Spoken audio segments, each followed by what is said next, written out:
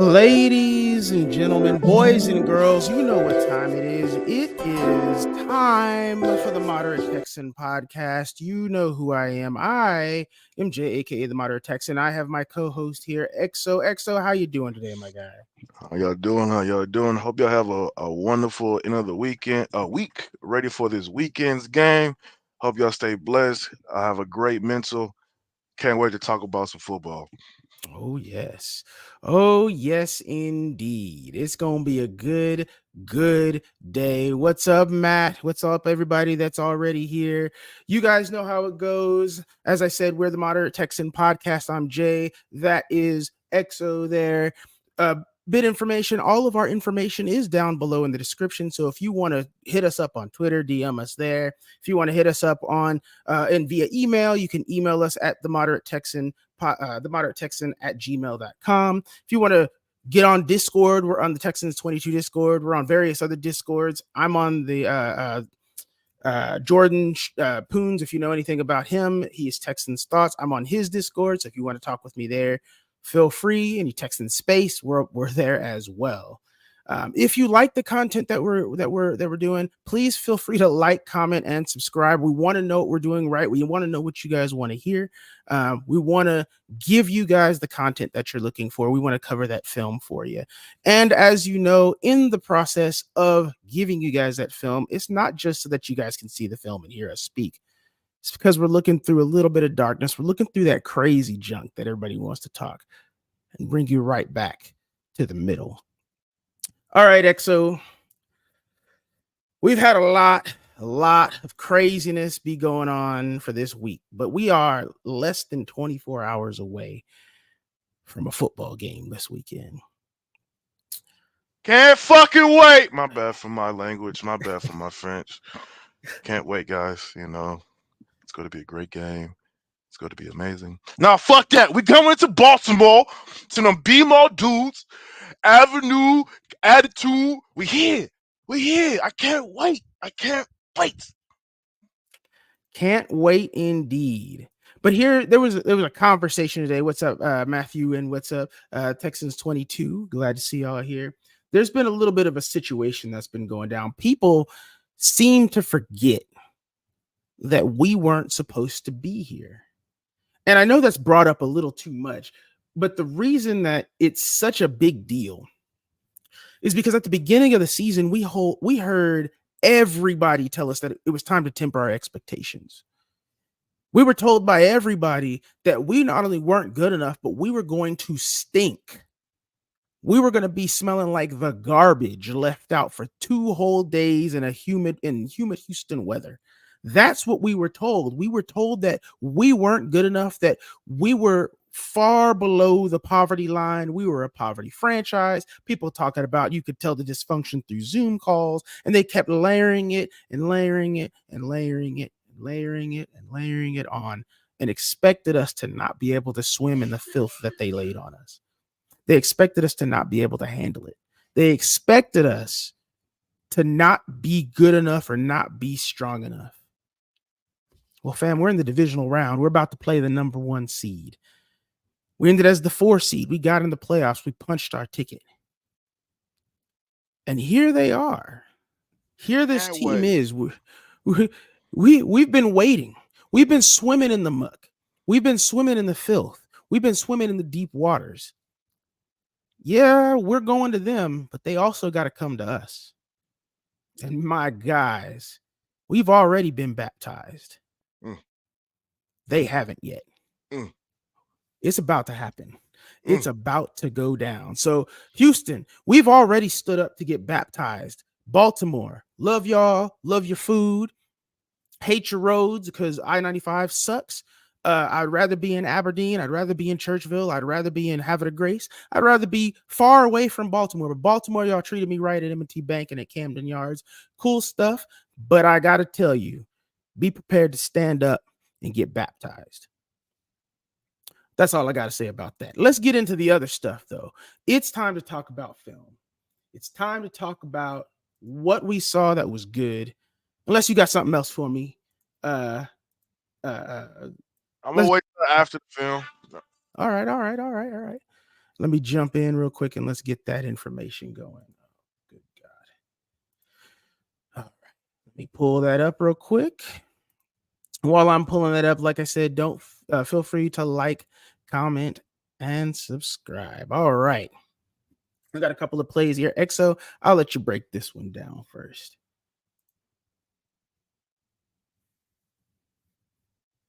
All right, here, guys. We have here a very, very, very interesting play. This is one of those Texan swarm plays, man. This is one of those plays where we are coming together as a defense, we're coming together, flying towards the ball. We're kind of putting things together. Um,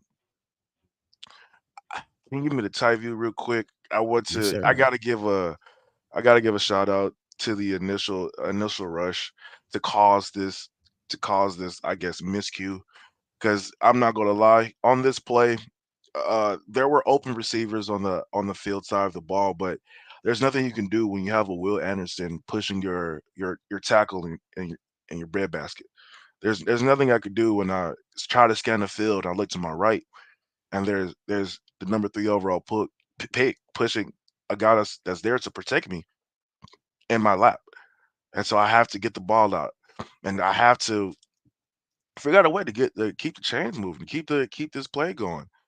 And I just like the all out effort by our defense. I love the impact of what Anderson is having on this defensive line. I like the mug look that D'Amico's starting to do now. He's starting to line up a lot of guys on the line just to figure out how smart their quarterback is, or not even how smart it is. All right, can you decipher fast enough what we're really doing? All right, if I'm coming down this gap, if I'm coming down backside, am I doing the late release? Am I doing a late rush? We don't know. We just playing the game, and I'm loving what we're seeing here. I'm loving what we're seeing here. I thought that was Will Anderson. Is that my guy Gernard? Is that Mr. $20 million or $17 million APY? I That is apologize. I gave it to William Anderson the third. I who was also on apologize. that rush. He Who's was also, there. he But had to get through a weak ass tight end named Njoku, but I'm gonna still get there. I'm gonna still get there. I just got to give credit to my edge rushers, and the edge rushers is going to be a key piece in how we can win this game this weekend. But I got to give it props to there. Can you give it back to the wide view? We got a one safety high look where we're keeping the middle of the field, middle section, basically from 8 to 15, 8 to 18, relatively shaded. So you got to figure out where we're going to, where's our pass keys and stuff like that. No quick hitters across the middle, no quick hitters that's going to be folded behind our linebackers. Only thing I had a concern by is my routes that are on Steven Nelson's side. I don't know what his keys exactly were on this play. I think he kind of followed it correctly. I needed one of the other I guess defensive back, probably Desmond King, to have some not sessional awareness, to have some field awareness to see what was around him. And so that was my biggest gripes on this play. Kept his eyes in the backfield and almost let a big play happen, but the big play didn't happen because our rush was there, and that's that complementary football that we need. indeed. One of the things I noticed right off the bat, obviously, John Grenard almost jumps off sides there, and that tackle's not aware enough to move so that he can get that neutral zone infraction penalty going. But it is what it is there. Most everything is covered up. Yes, I know Desmond King is a little late to get out there, and he'd never really. I think that's Elijah Moore. He never really locates him.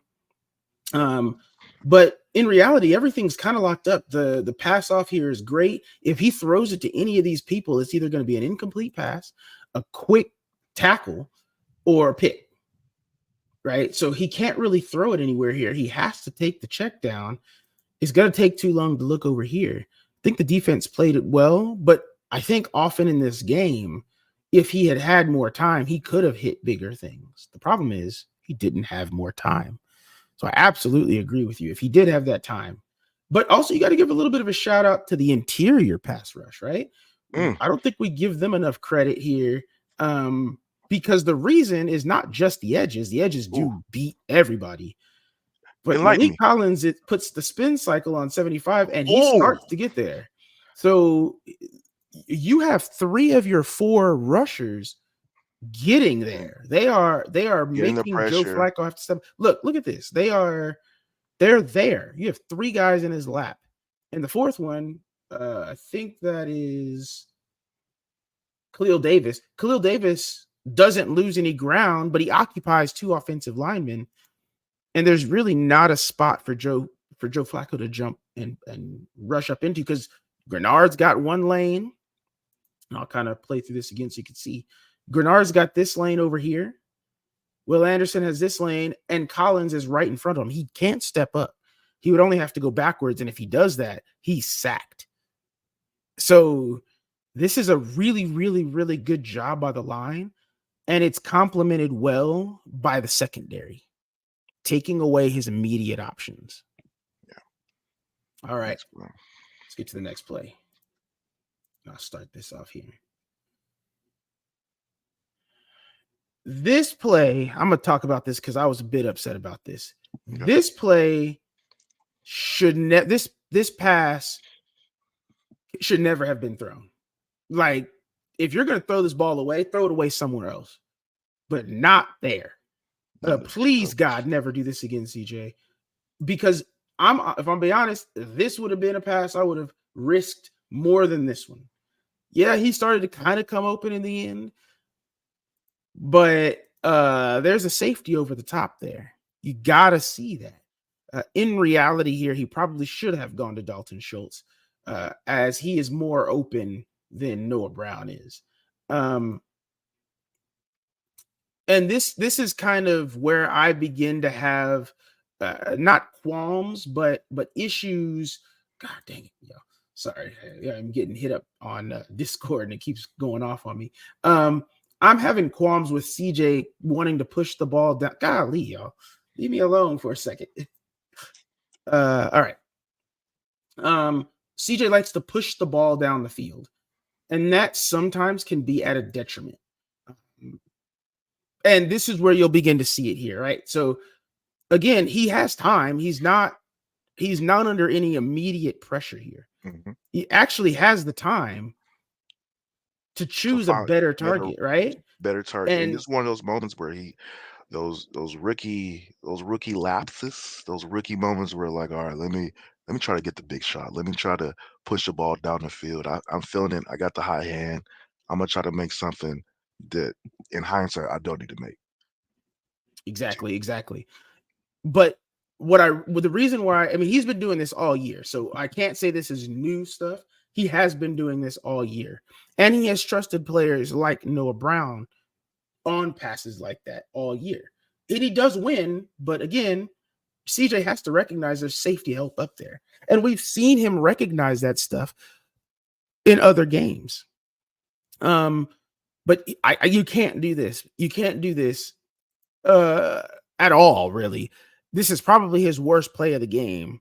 And you can't really do this. And he has time. When he throws this ball, the only person that's close to him is laying on the ground, gets pancaked. He has time. Like, he could have run out a little bit. He could have escaped out of the pocket. He has the time. He really could have hit the tight end and come underneath the drag, but I was gonna save that for my point. Well, we could actually speak to it right now. He could hit Dalton Schultz coming underneath on the 8-yard end or the 5-yard end. Let me see, 1, 2, 3, 4, 5. Yeah, 5-yard end, 6-yard end. He could have hit that. You know, Dalton could have run a little aggressive more route so he can make it more prevalent that he throw it to me. But it's a reaction route. It's a breaking route. As soon as I stem you up and get you low, I'm going to break you off. Hopefully, he could run that a little bit harder next time. But this is one of those plays that, you know, CJ wish he would have back. But this is one of those plays where those moments kind of like weird. He could have hit Robert Woods on the whip route. Yeah. He got him. Got him. Like, it's there. So he had better throws, but this is one of CJ's tendencies. He likes to push the ball down the field. Right? That's what he really wants to do. So if enough about the bad on this play. Let's get some good. Let me get that type view real quick, big dog. Because Yeah, yeah, yeah. that's a show. That's a highlight showcase I want to. Whenever he's over. Oh, I could definitely speak on that. If we can't, if one of the plays doesn't have it specifically, we I can go have back it. to that. Okay, great. We could go back to the first play to probably show where D'Amico kind of saw the tendency arising. Um, I want to give a big shout out. I've said it on the Texas Roundtable Talk to the Texas 22 folks in the chat. Make sure you follow those two. Make sure to follow, our Facts. boys at H Town Rundown. Make sure to H Town Runner. follow Ruben and Yep. follow Ruben and Harley at on the Believe in Texans podcast Hope you and with believe, their baby. own stuff. So get all the Texans people, get them all involved. They're And good so I people. have to shout out my interior O line. I want my guys to look at my quarter ton of fun bowling ball, Shaq Mason, my guy. He should have got an all pro nod. Probably, probably not, but he should have got some Pro Bowl votes. And my guy Juice Scruggs handling the interior for my guy CJ to deliver a bullshit ball, but we're gonna talk about that. We talked about that earlier. This is the type of interior O line play you need for CJ to cook for this offense to thrive. I need time for my routes to develop, and I need space for my quarterback to feel comfortable to deliver the ball. We got Shaq Mason thudding up Thomasman. Who that is a guy. That is a one of the known and one techniques nose shade not shades nose guard nose tackles in the league. And you got Miles Garrett. Is that Miles Garrett on twist? No, it's 54 in the twist. You got a twist pickup by Juice seamlessly. I knew that bullshit was coming, but I was there to stop it. Those are the type of players you need. Those are the type of players that really go unnoticed until bullshit starts to happen, until sacks start to happen. And so I'm glad my O line is coming together or coming to like getting the what's the c word Uh, continuity, getting the continuity together for us to go on this run. So I just had to give a shout out to my interior O lineman. I see you, Shaq. I see you, Juice. Laramie, you already know what you do. You get paid the most out of the whole damn near everybody on the team. So George Fant, you extending yourself 3 years in the league, minimum two, a minimum 2 years left in the league. So I'm glad, CJ. Hey, stop that shit. yeah. And one last thing I really want to talk about on this play that I don't think people are going to give credit enough to is all year we have talked bad about Dalton Schultz. He hasn't gotten open. He's too slow. He just got open right there Hey, don't against a man, corner.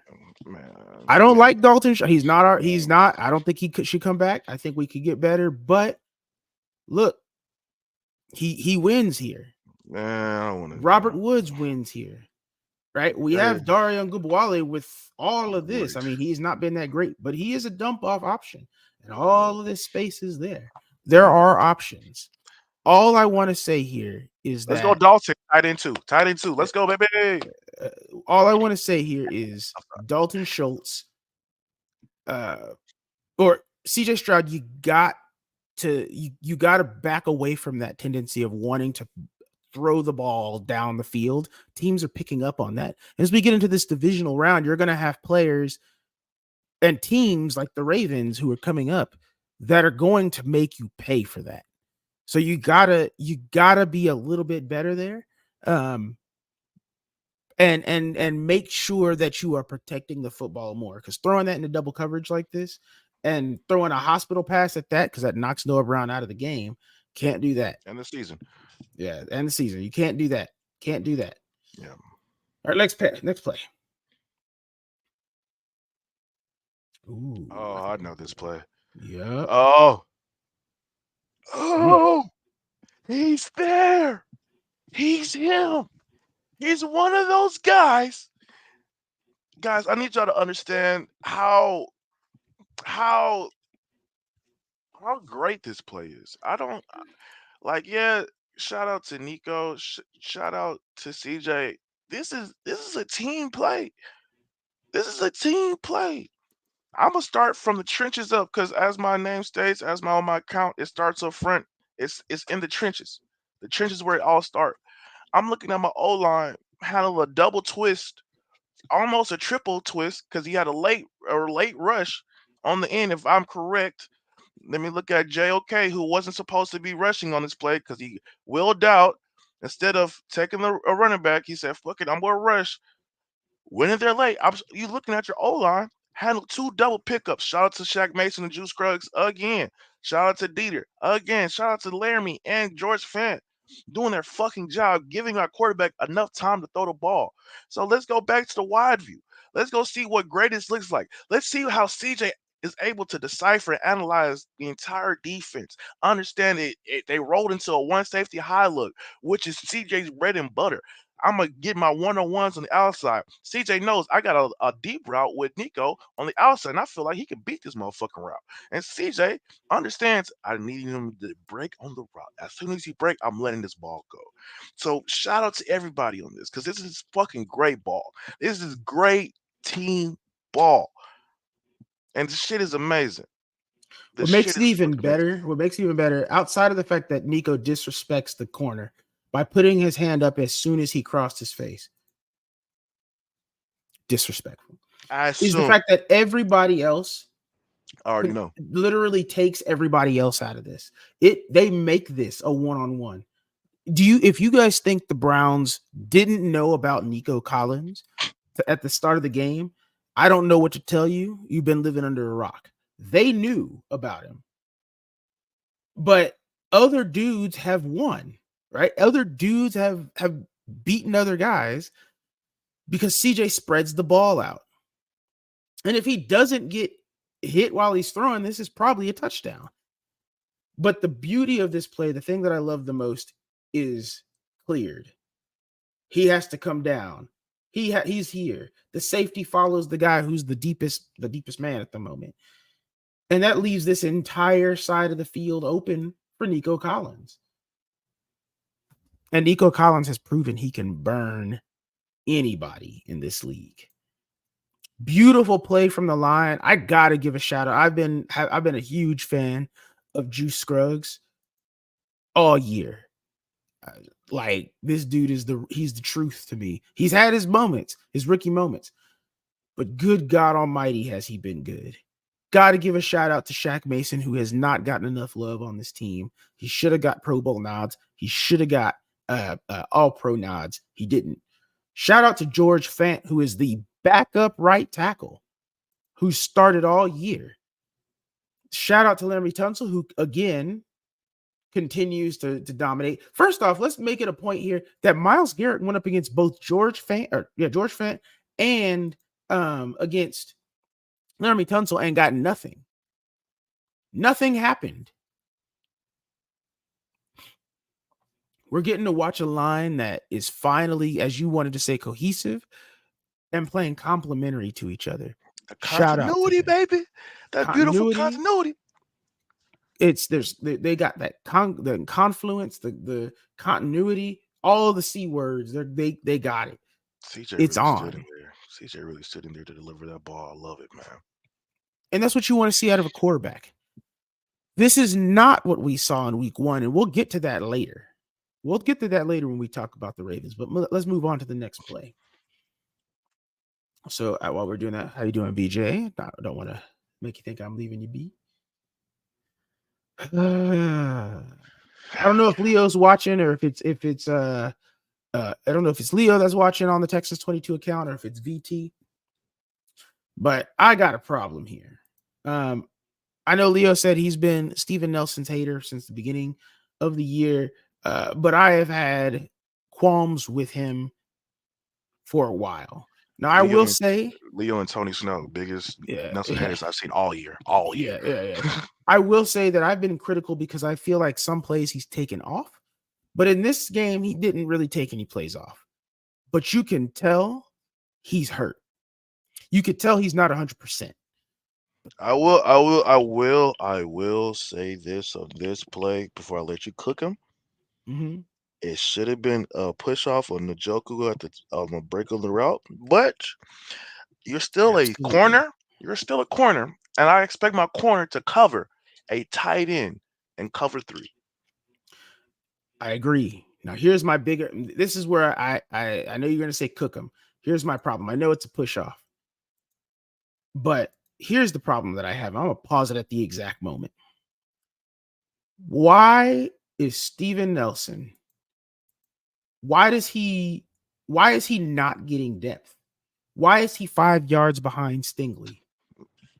It's a great question. Why are you acting like you're the box safety? It's a great question. VT.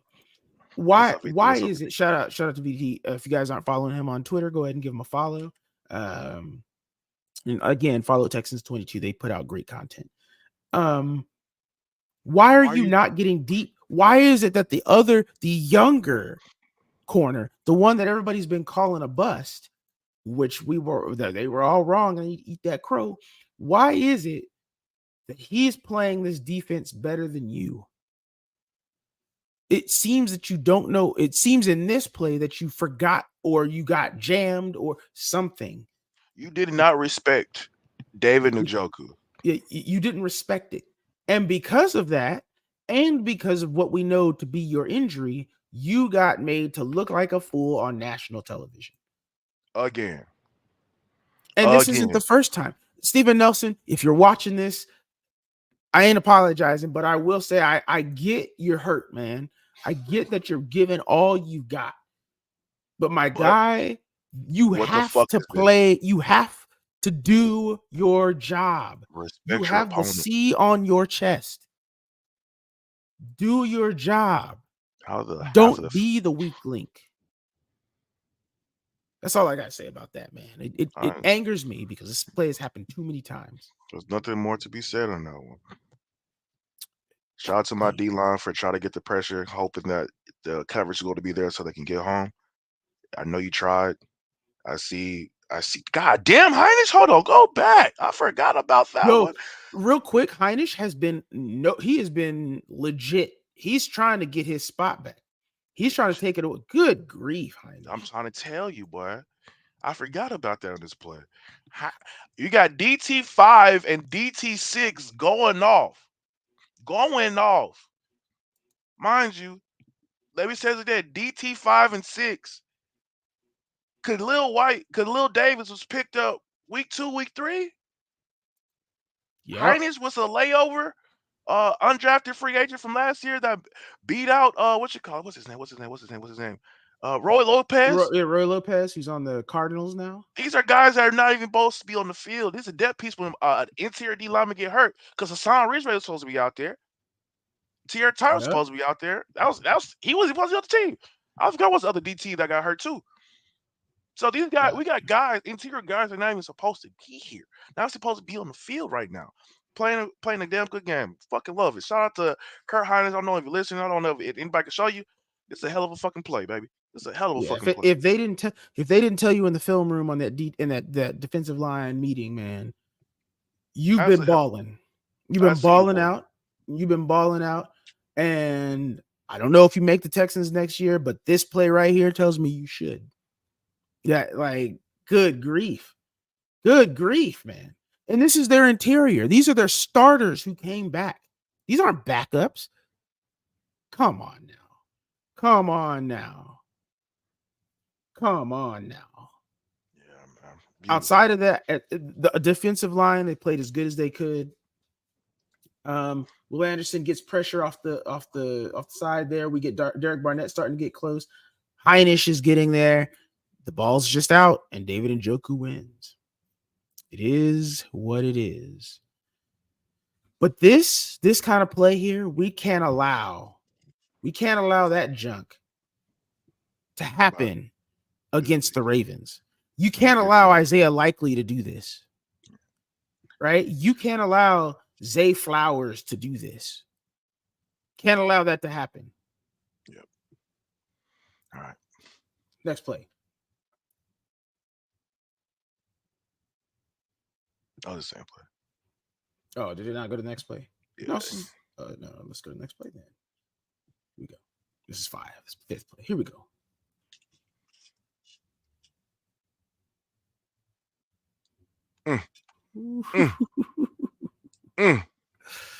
You want to go first? I'll let you go first. I want y'all to see greatness right now. One thing I said on the Houston Roundtable or Texas Roundtable talk is that I this is the first time all game. This is the first time I've seen all season. Not really all season. Let me not be hyperbolic like that. But let me just say this: I haven't seen the Browns bite this fucking hard on a play action all game. Damn near all see. Like I want y'all to look at this defense, commit and bite on this run so hard to leave a backside screen open for Nico Collins to take to the house. We're on the 16-yard line, and we throw a backside tunnel screen that Nico doesn't even take through the tunnel. I'm just gonna cut this bitch back. Because why? The whole defense is on the right side of the field. Yup. I know, and I love it. And shout out to my boy Juice. I just saw this shit late. Let that big boy out there. Shout out to Laramie Tunsil for getting a block, for getting a key block to make that touchdown happen. This is I want y'all to know this is a very beautiful play. And let me get the last shout out. Shout out to Bobby Slowick for dialing this shit up. Because I didn't think it should work. And half I'm like, why are we running this type of play? Now I see. Because if y'all don't realize, the play before this, it was I think a 1 yard game or some dumb shit like that, where the defense was pinning the ears back and pitted training hard. And look what happens when you have an over aggressive defense. You have an offensive coordinator that can be like, all right, I got something for that ass.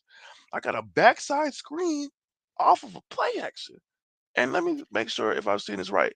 And big formation with a late tight end motion. Do y'all see the amount of movement and the amount of thought that went to his play? We have heavy personnel with two offset tight end on the left side with a tight end attached on the right.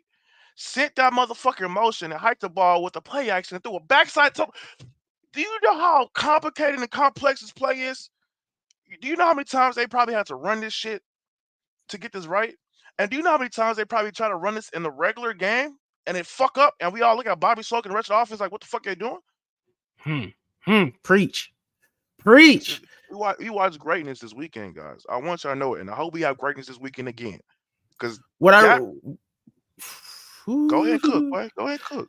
What I really want y'all to notice in this play, I said at the beginning of the season, and XO, you were here when I said it. I said, I don't care if we play perfect. Perfection is not what I'm looking for. What I'm looking for is precision, right? If you mess up a little bit, at least make it precise. At least play the play like you would have played it if you played it right. We didn't play this play perfect. Brevin Jordan ran into a blocker. He messes up. It is what it is. He runs back into Fant. It is what it is. But you know what made this play work? The fact that everybody else still did their job. They didn't do it perfectly. Good God did. I mean, I love you, Juice, but Juice, you didn't block nobody. Hey, bro, that's 320. He tried. That's 320 open space. I'm trying, man. He tried. That's 320. But he didn't block nobody. What we get here is imperfection that still works because everybody still did their job as precise as they could. They still did their job to the utmost extent. And what you get here is a touchdown. What you get here, and the reason this play really works is because we did run before this. In fact, the play we ran before this was a jet sweep to Nico Collins. That's why we're 4 yards up, is because we ran a jet sweep to Nico Collins. So now we put Nico on the outside. It looks like we're going to run again because we've got that I formation kind of going out there. We've got, or at least a single back right there. We're obviously going to run it, right? We're going to run it to the right. Nope. Pull that ball down. I got something for them over aggressive ass boys. And I want you to notice the placement. Texas 10-2, you're correct. The blocking is beautiful. It is gorgeous. And they play this perfectly. And here's the other thing that I really like. Mechie doesn't give up on the play on the other side. He doesn't just stop running. He keeps going. Dalton Schultz runs his route. Execute. How many times have we seen players not execute fully? And then that leaves us in the lurch. Not only is the blocking gorgeous, the rest of the play is gorgeous because players actually did their job. When you do your job, you have the best chance. Shout out to Nico Collins for being fast enough to get there too, being big bodied enough to put anybody who tries to hit him in the dirt. Love it. Love it. Love a good play. Let's get to the next play. I'll take this one from the jump. Let's see what this one is. Oh, what we got here? Yep.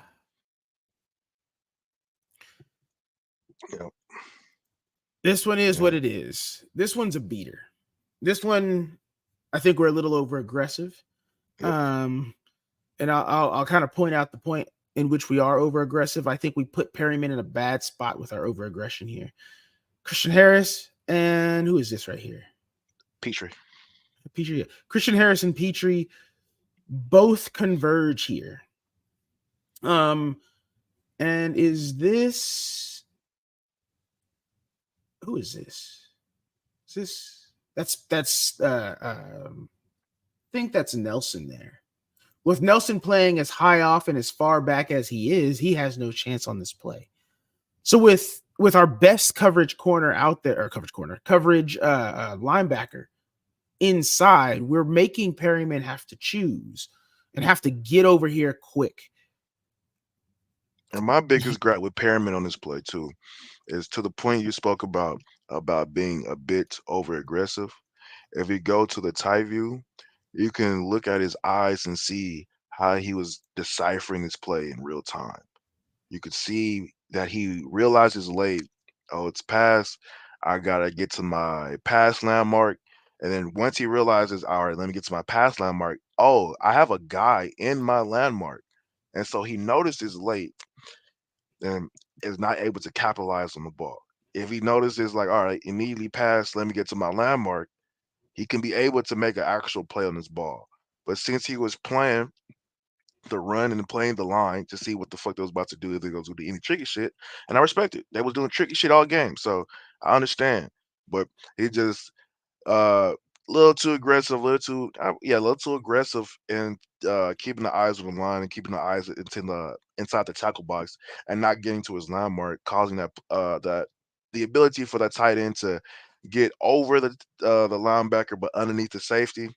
We're in cover 3 and a deep safety and a deep third, and so you got a lot, as you saw, a lot of cushion for that tight end to expose, and you just gotta have a quarterback to hit the hole in the zone. And so you had a quarterback that was at least decent and good enough to hit the hole in the zone, and you had a slightly aggressive linebacker that got to his landmark late. Yeah, and on top of that, we gave him time. We gave the quarterback time. Like, we don't win anywhere on this line. I mean, you get a little bit of push here from, I think that's Khalil Davis. But in reality, Flacco has all day to throw this pass. You got Mekhi Spears on the inside. He has a lot of room to go. He doesn't do a speed rush to bend the corner. He's a finesse pass rusher, so that's going to be one of his gripes. On the right side, he probably had a chip. Most likely, let me make sure. Yep. Chip by just getting in the rushing pathway, so you have a defensive end trying to guess what the tight end's about to do, throwing off the timing. And interior D line, they're not, they're decent. They're going to get us through the year, but there's no Pro Bowls on there. There's no all pros on there. So you just got guys out there doing their job, and that's all that we can really do. So this is a great play call by the Browns, and we got to just be better on the defense versus Lamar. And keep in mind, this is the backups. This is Majai Sanders. This is Derek Barnett. This is Khalil Davis, right? That's Sheldon Rankins. Like the outside of Sheldon Rankins, there's the rest of these guys are your second string. So like you're not getting your best pass rushers here. Now, yeah, you got third string here too. But like you're with all that being said, we're nitpicking a play that, yes, didn't go well, but like this is the stuff you can't allow. You cannot allow this to happen. This can't happen against the Ravens. If this happens against the Ravens, they're going to eat you up. Yep. So With that, I think we got all the points. You got anything else to say on that? That's pretty much it on that one. Perriman just got to play better. Carlson got to cheat down more just a little bit, but I get it. You're deep third safety. All right. So before we get deep into this one, shout out to Christian Harris. This reminded me of the point VT was asking about. Can you speak about what he was seeing in Flacco?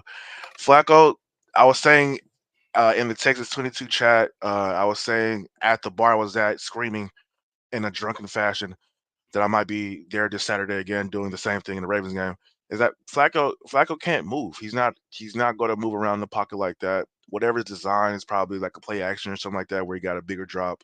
He got to simulate some other shit, but he's not going to move around in the pocket. He's not going to do a lot. So the problem with that is you got a quarterback that has one or two reads and that got to go to the check down. And so if you understand the concepts of a play, that all right, I'm gonna go to my outside receiver, go to my tight end, or go to the underneath short route. If not there, I'm gonna check it down to the running back. He does that seamlessly. He does that every time. And so I felt like D'Amico felt as though all right, if we get this formation, we get this look, they only run these type of plays this many times. So we're gonna get a stick look, we're going to get a levels look. Most likely gonna be a stick look if these players and in this formation. So whenever you're there, Christian, just stay there, read the quarterback's eyes, and then attack the ball. And so you can kind of see it here. He look at his deep shot, look at his second underneath route, and then I'm gonna throw it to the check down every time. And he has to because he didn't have time. He had a few plays where he had time, but again, Will Anderson, who's being held here, hmm is in his face. And the interior is pushing back, right? You've got this, and you've got who is this right here? Is that Malik Collins again, who's starting to get that interior pressure. So you're beginning to see the defense putting it all together. And I never want to see his knee do that again. But Speaking of whose knee it was, we just go ahead to give a shout out to Christian Harris.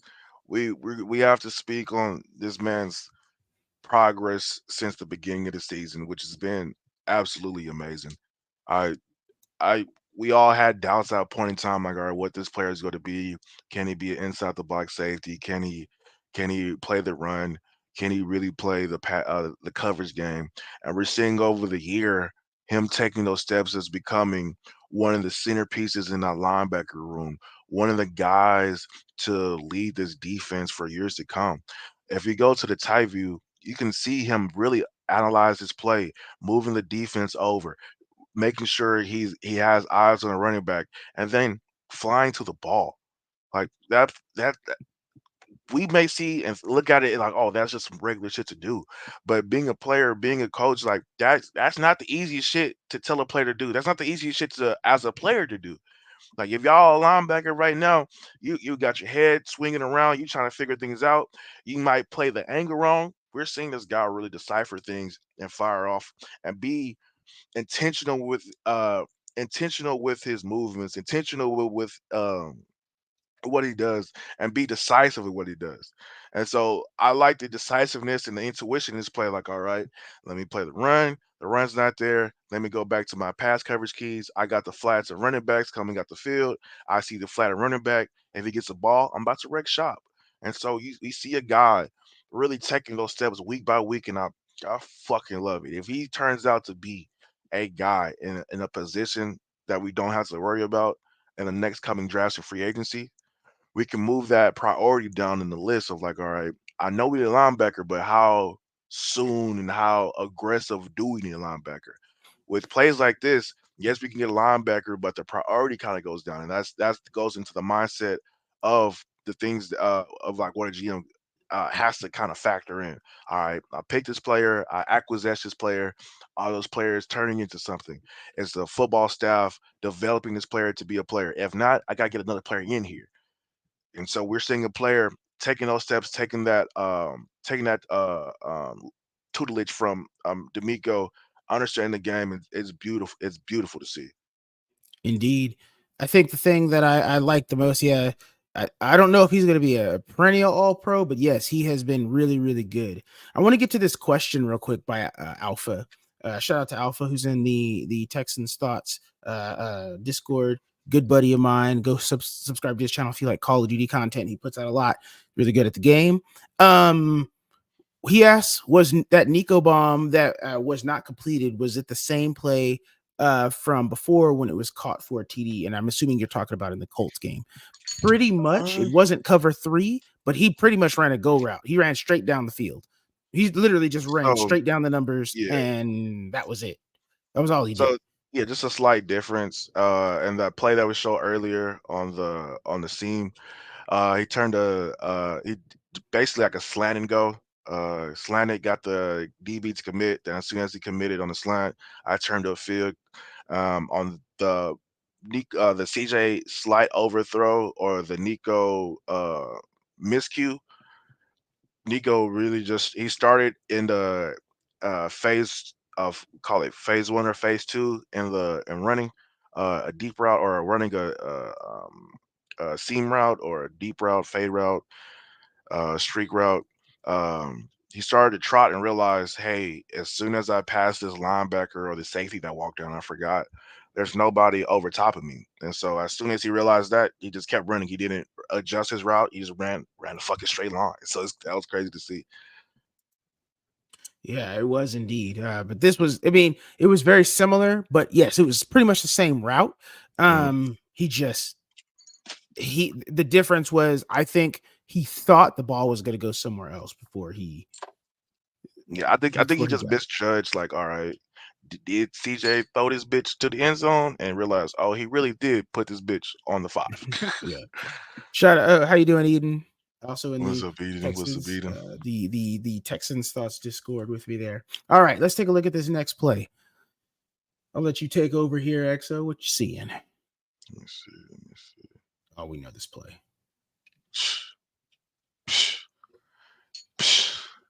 Let me say how much we was pause. Let me show. This is a play to show how much we was in their ass this game.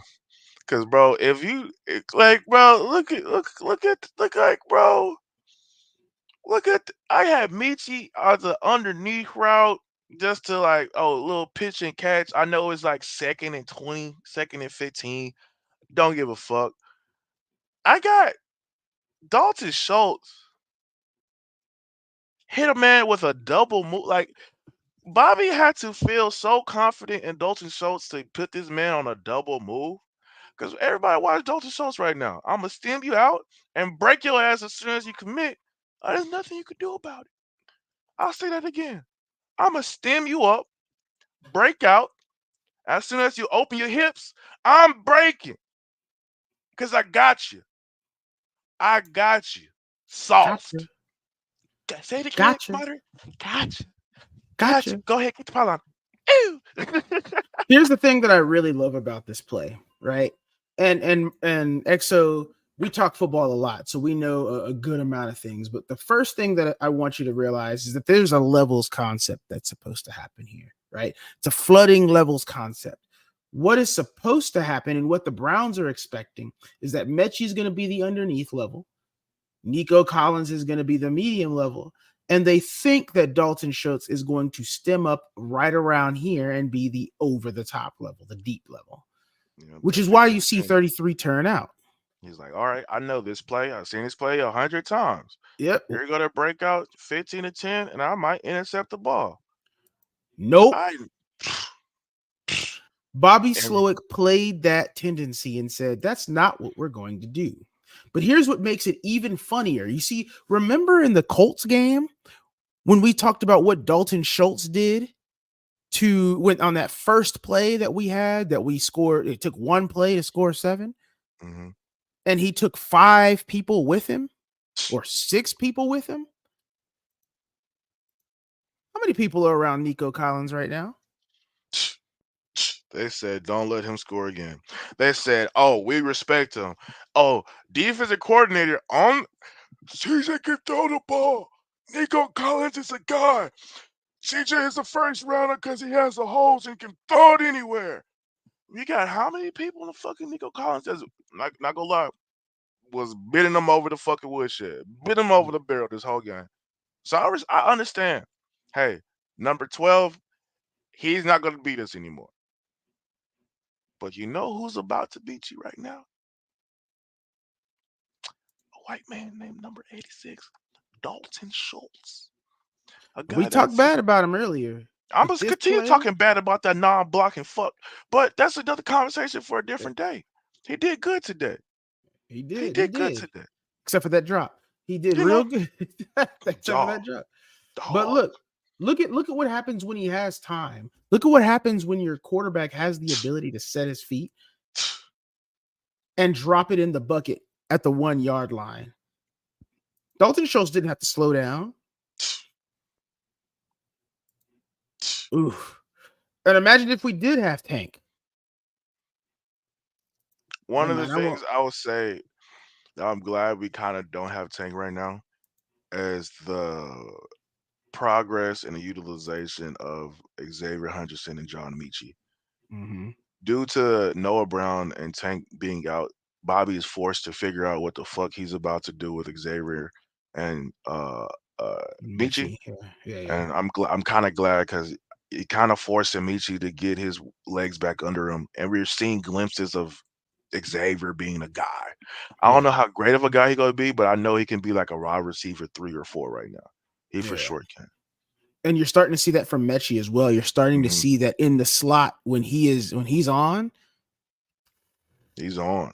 It was a couple plays this game, but like, oh shit, Messi, he doesn't have his legs all the way back under him, but he's getting them back. Yeah. And he's run some dudes over. Let's not forget he's a good blocker as well. And we'll Mhm. talk about that when we get to the Ravens game when we're talking about what we think is going to happen there. But we're starting to see the emergence of our second year wide receiver, our second round pick there, and our 6th round pick and Xavier Hutchinson. We're starting to see them start to form some stuff. And I don't know. We'll talk about that. Let's get to the next play. It's the final play here. And then we'll have some additional stuff here. So, oh Lord. The Oh play Lord. heard Now we all know all around NRG. The play that put the league on notice about Mr. 4-8. The play that we all have to respect D'Amico Ryans, his knowledge, his experience, and who that motherfucker is. Because I haven't seen some shit like this in a minute. And the thing is, I have only situation where you have such a knowledgeable coordinator and coach and such a skilled player for a coach to call a player like, hey. So VT to this point, hey, whenever we get this look, we got a running back, tight end, receiver, and a tight end is off hinge hang. And they got the other tight end on the back. If you see this look again, they run a skit concept. As soon this shit is so beautiful to look at, dog. And this crazy thing is, they were so confident on this play. I think they had Petrie on Amari Cooper. Oh, and if we're Stingley, but Cooper went on the flats because yeah. and if you don't notice, Petrie is breaking on that as well. They knew it was coming to the point like Petrie would not have picked this off. This play wasn't going anywhere. This was not going to get a first down. Couple yards. Just gonna get a couple yards. Like, oh, it might have got the first down. But it might have got like if Was he it holds on third? to it. Was it 3rd and 2 That or some shit? was I think it's 4th and 2. This is a 4th down play. Ooh, yes, it was 4th and 2. Ooh, Exactly. damn. Petrie's also there. So I mean, we had Stingley knew what was happening before it happened. Let's also talk about that. But like, let's get to the type view real quick. I gotta see this shit. Perfect. Look, he doesn't move. He doesn't move. He reads it. And see, Petrie's there. I know we want to talk about Petrie not being like he's just in the shop, but no, he's there. He knows what's happening. He's there. Like that dude he's breaking on it too. So this Yeah. defense was aware. Peachy was about to tear that man ACL. So this play That man knee and was about to get fucked. like this was insane. This defense was prepared. Shout out to D'Amico Dog in the line, having 53 Cashman lineup. We all knew he wasn't going to drop out, but it's the fact that a guard still has to like, all right, what the fuck is this asshole about to do? He's still pointing at him too. Like, and this is what's insane is we just watched a pick six, right? We just saw it happen. Oh no, here we go again. Back-to-back drives with pick sixes.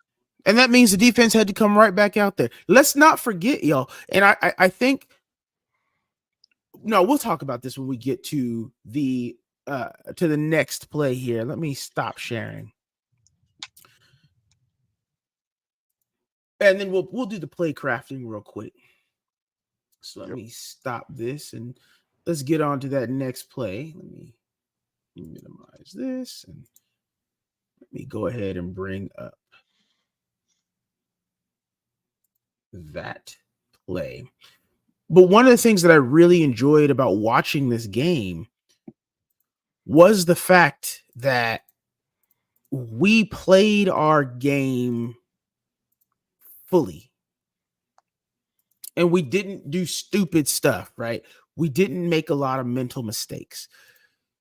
And that's what allowed us to be as good as we were, right? It allowed us to be that good because we played the game the right way. We played really, really well. So let me go ahead and let me make this bigger. All right. So we have this play here as we get into play crafting here. I'll let you kind of lead off on this, XO. Hello, guys. Welcome to the other segment, one of the other segments of the Modern Texas podcast where we do play crafting. We bring up a play during the game that we felt like we could decipher a little bit more, say and talk about how we would change it, and then talk about if the play is good, how we would keep it, and if the play was bad, how we would do the adjustments we would do, and anything under the sun after that. Today's play is we have the only rushing play for Damian Pierce. And before we go down and talk about the redesign of this play, we're gonna talk about what happened on this play. We have to for other people in other chats and the other people on Texas Twitter felt like, any play to Damian Pierce is a wasted play. This is, it shouldn't happen. He's a waste of a player. Woo, woo, woo, woo, woo. But I want y'all to know if any other running back was to run this play, nothing is going to happen. Nothing, not a positive play was going to happen. If Motor was running this play, at most he'd probably get is a yard because he was going to figure out a way for JOK to attack half of him, probably at the legs, and for him to lean his body over and to get that yard. You know why we say this? Because a center play happened like this not during this drive, but during the game. And what JOK did when there was really no blocking, he get about a yard if he's not able to bounce it out. And on this play, you can see even Mr. Pierce can't even bounce it out because you know it's there. Miles fucking Garrett because Shaq Mason decides to whiff the block. So let's figure out what really happened on this play. We have, to me, is let's say a jet motion or a jet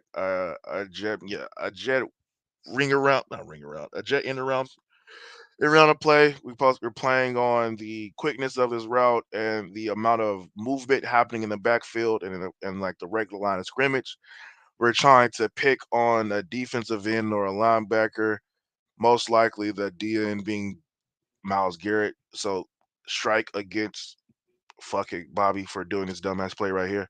But that's not the dumbass part. The dumbass part is my deuce block between Laramie Tunsil and Juice Scruggs and Mr. Dalton Schultz that we bigged up a couple plays ago. At some point in time, three players are not blocked. One of those players is not either of their responsibility because that is Shaq Mason's responsibility. Inside run, CJ keep the pitch, the signatures. Oh, we'll get to that. I gotta break down what the fuck dumbass shit happened here. The reason why this run play didn't work is because my duo block or my deuce block between Juice and Laramie Tunsil never got to the linebacker. We can say, oh, that Juice is just supposed to block them out the gate.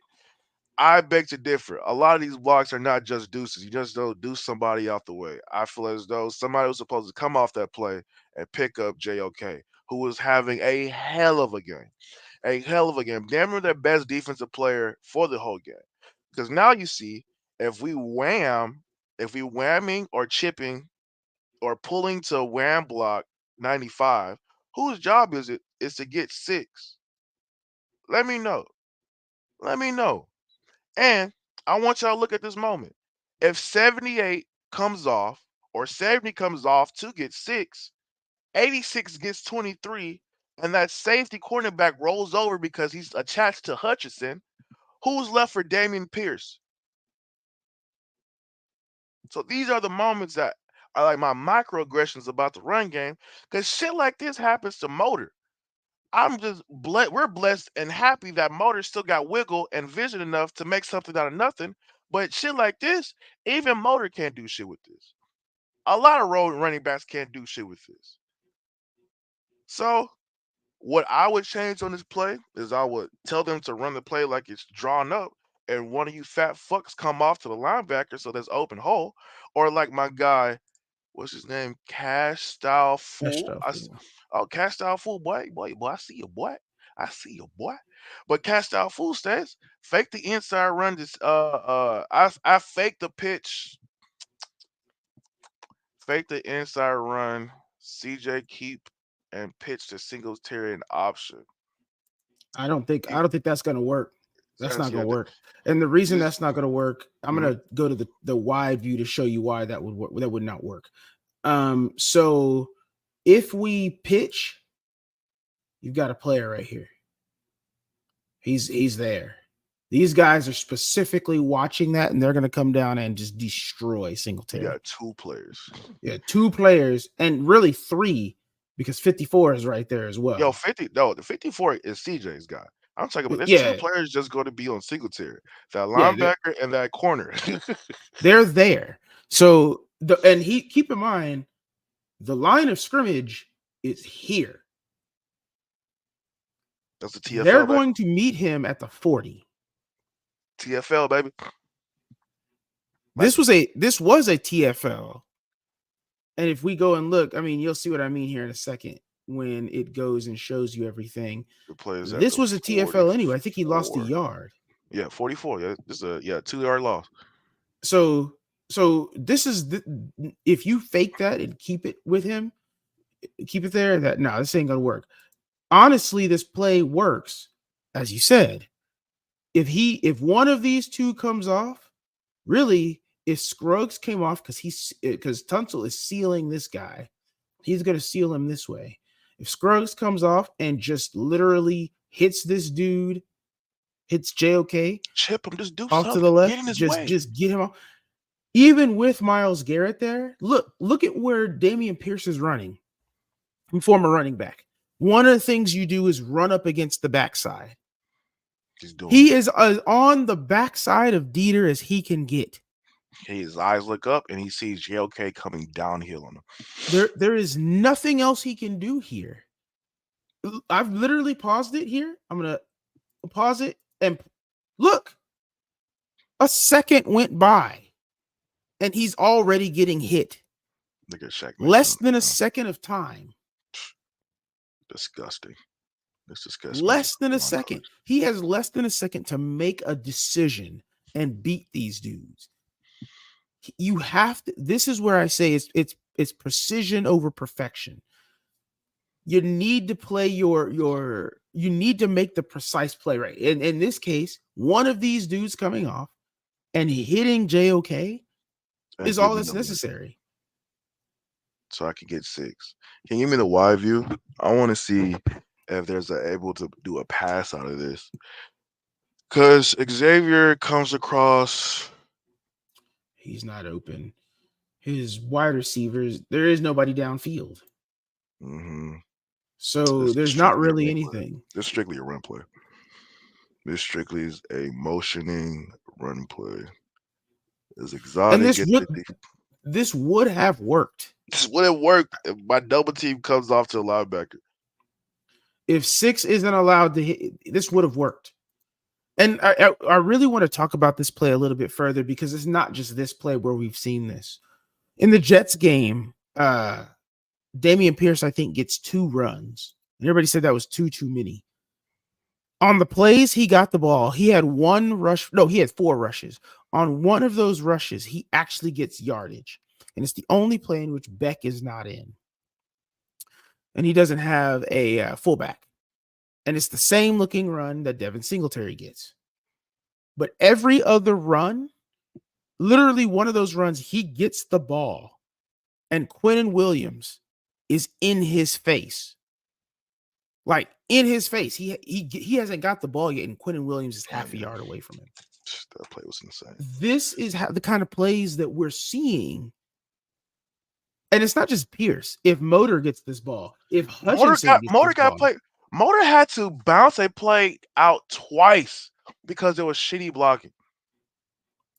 Twice. I mean, the first time he bounced out in between the tackle and the tight end, and Myles Garrett was there. So you have to bounce it out again and take it all the way to the sideline. And mind you guys, that was on like 3rd and 1 or 4th and 1. So it was a play that we had to get a first down. Yeah. And if you look at this play again, even if we handed this ball to Hutchinson, Myles Garrett is blowing this up. So this is the right place to hand this right here to Pierce. He does, but nobody blocks JOK. All we need in this play is either Tunsil or Juice to come off and hit JOK, and that's it. That's it. You got yourself a big run. You got anything else for us here, XO? No, that's all I got. Ugly stuff. We could definitely do better. All right, y'all. It's about that time. Let's have some conversation. Let's have some conversation. The playoffs are coming. Actually, the playoffs are here. The divisional round is coming. And we've heard some trash talk already. We've heard some Ravens fans come in and talk about how we've moved the goalposts, about how we can't have it both ways, that we aren't supposed to be here, and that the Ravens are nice, but we are confident that our team has a chance to win the game. I'm here to tell y'all it don't matter what they say. It really doesn't. They can say whatever the heck they want to say. The reality is we aren't supposed to be here. We never were. We are playing with house money. And the Ravens are nice. The Ravens are real nice. But we match up against them pretty well. We have a really good run defense. What is it? Second best in the league, right, XO? Yep. Second best in the league. They're the best run team in the league. We can stop them as long as we keep Lamar in the pocket. We can stop them. Do we trust Lamar to be able to throw the ball 45 to 50 times in a game and not turn it over? 6th best rush defense in the league. Ravens are 14th. We are, and that's based on yards per game, not yards per carry. We averaged 94. We allowed average of 94.4 yards. 94.4 yards a game. The Ravens allow about 109.4.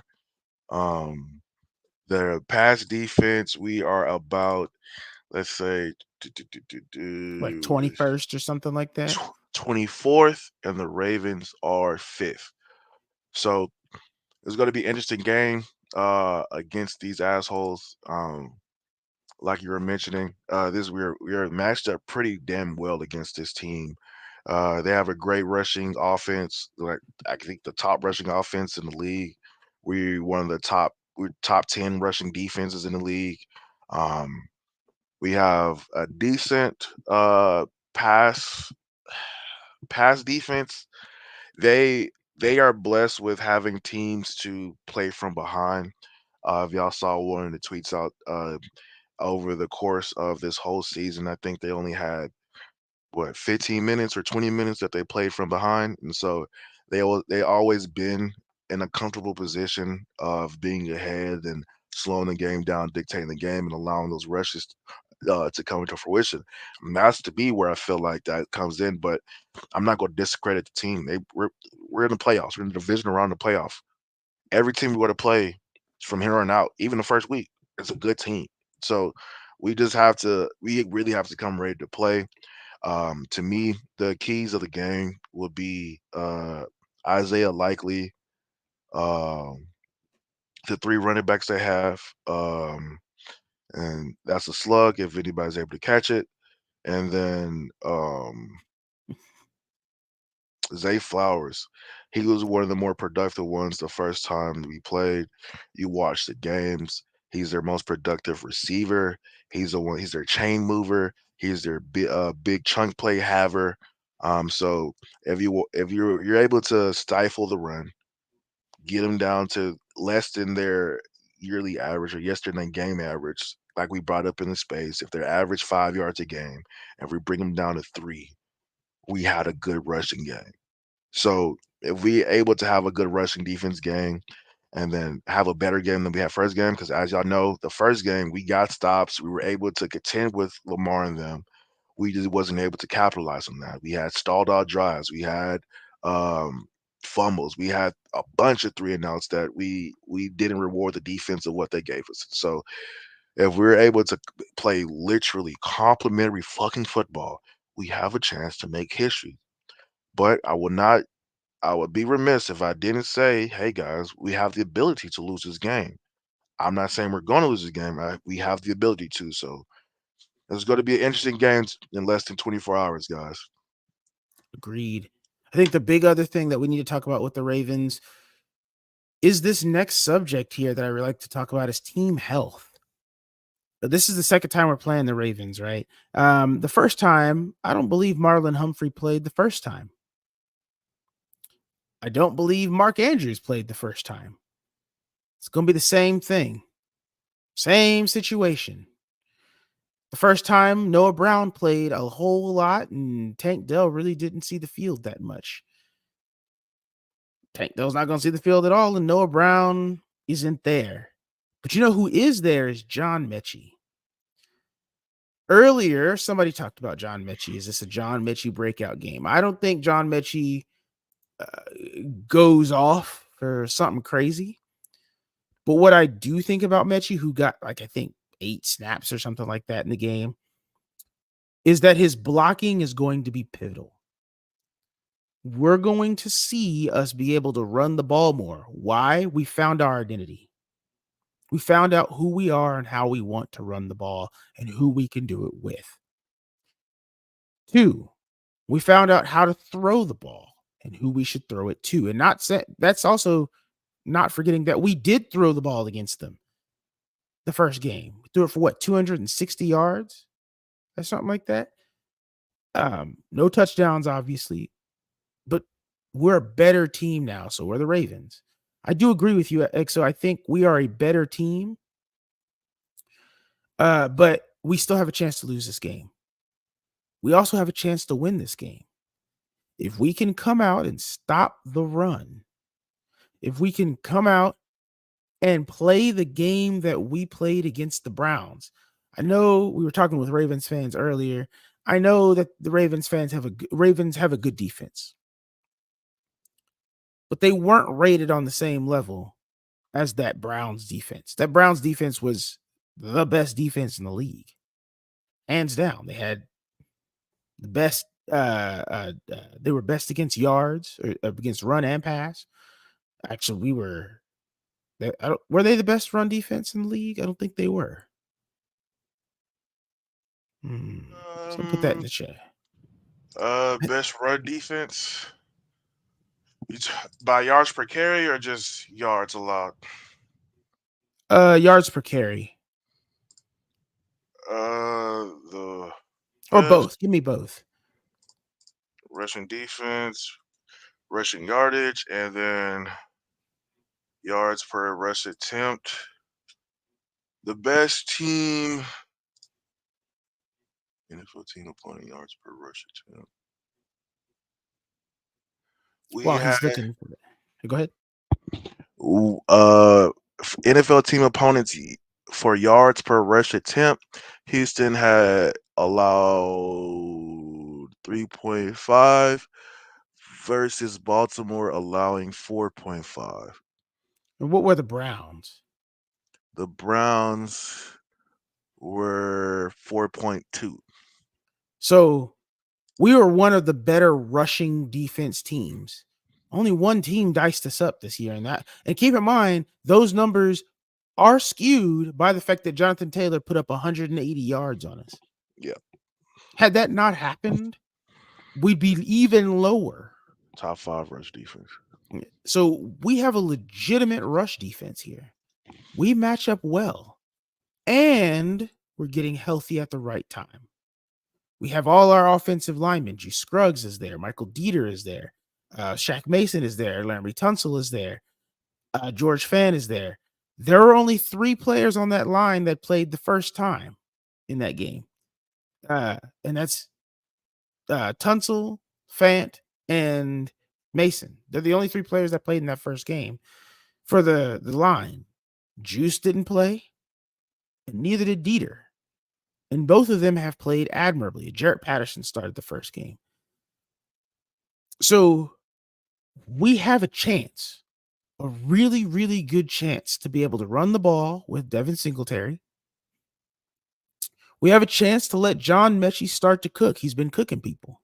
He's been running those routes really well, especially if they take Nico Collins away. I don't think they can, though. I don't think anybody can. No one's really been able to take Nico Collins away, except for maybe Tank Dell.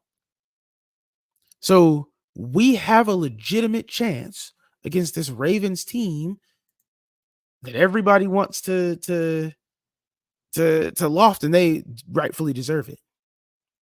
But in order to win, we cannot have mental mistakes.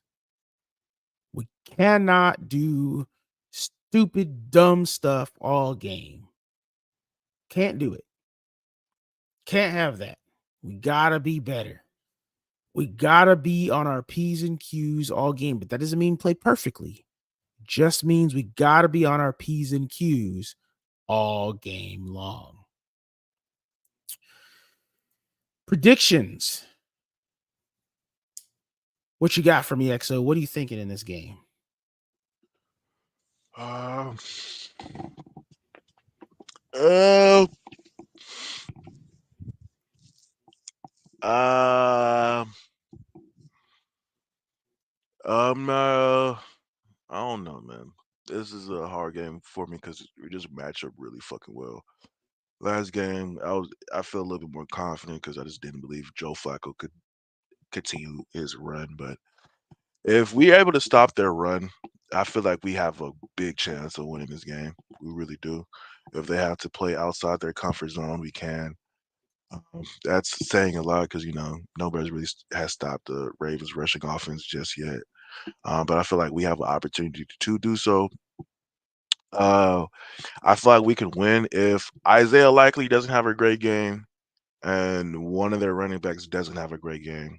Preferably the starter. If the starter doesn't have a great game, because if he's the starter, they split carries, but it's kind of weird. It's not a 50-50 situation. It's more like a 70-30 or 65-45 situation.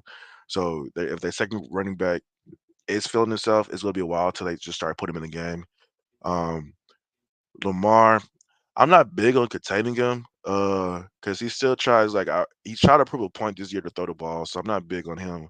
Like, all right, if you keep him in the pocket, it's gonna be good because he has fuck folks over for doing that type of dumb, not dumb shit, but doing that type of shit. But I do think if you can contain him and make him be a passer, it may be advantageous. But I have seen plays this year where he can thread the ball, he can do what he has to do to win the game. So stop Zay Flowers, stop winning their running backs.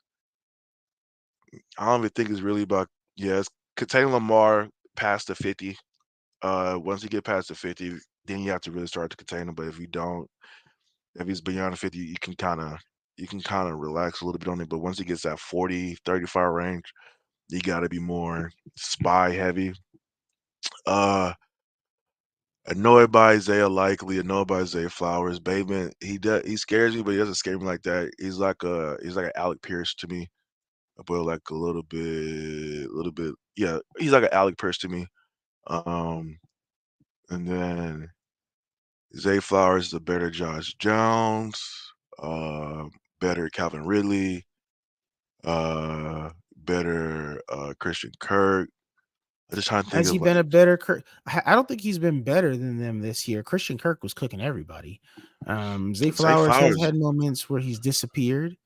Um, he's good though. He's got that elite elusiveness. Yeah, But I if think you like have 7 tacklers on him, it doesn't matter how elusive he is. yeah, he's currently 77 receptions, 858 yards, 5 touchdowns. Remember watching a couple of his games. He did had a drop problem a couple of times. Um, but yeah, he's had one 100-yard game, and that was the Miami game. He had 3 catches for 106 yards. Everything else, besides that, his highest gains has been like 70 in the 70 range. So just like on our first game, he's going to get some targets. He's got to kind of hold him down. Like he's got to get open. He's a slot receiver, shifty slot receiver. So he's gonna try to get him the ball in the open space and let him cook. So if he could do that, I I think if we can play correctly on the rush defense, play like to our standard is, and damn, damn, I just don't like Desmond King on Zay Flowers or Peachy on Zay Flowers. I really don't. Um, but they're not gonna do that all game. I'm cool with Isaiah Likely versus our linebackers. I feel like he can keep up with him, but he runs long crossing routes at times. So that's one of our problems is doing zone pass off shit. But I do think I'm gonna just say it's gonna be a close game. I don't know who's gonna win. I just know it's gonna be a close game. I'm not. I'll say this. I'm not confident in my pick, but I think it's 55 or 51-49 is my pick here. Oh, you saying I'm, shootout? I don't think it's a no. I like 51% to Oh, okay, 49%. okay, okay, okay, okay. I'm gonna say we win the game. Okay. I'm 51% confident in that. I believe the score is going to be somewhere around 20-19, 19-17, 24-22, something like that. Okay. And the reason I say that is because I do think we get in we are taking away the run game early. I think we take away that because here's the thing about the Ravens. If you go back and you watch Ravens game, contrary to popular belief, I do watch a lot of film on other teams as well. But if you go back and watch a lot of Ravens games, what you'll notice is they do run the ball probably more than any other team. They run the ball. And once they get into the groove of running the ball, especially if you can't stop them early, expect to get run on 35 to 40 times a game. That's what they do. That's why they're averaging so many yards a carry. I think they average 5 yards a carry Mm-hmm. on 156 or 160 yards. So if you do the math, it's like 30 yards or 30 runs, 30 to 35 runs a game.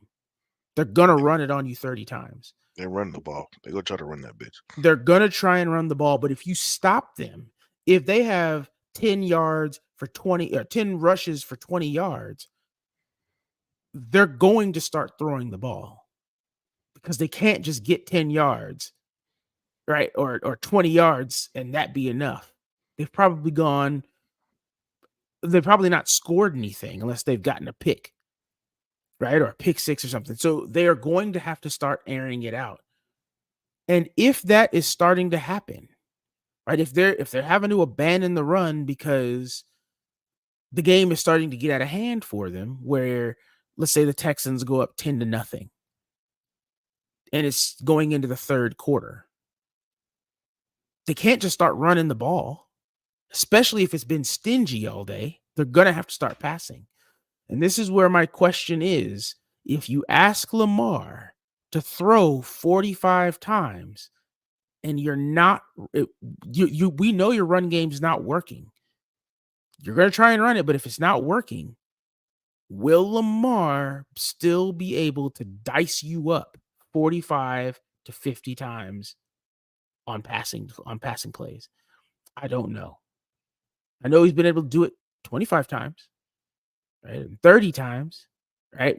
Under 30 times, really 20 to 25 times. We've seen him do it all the time, and he's ridiculously good when his run game is on. But when he doesn't have a run game, when it all is on his shoulders, what will happen?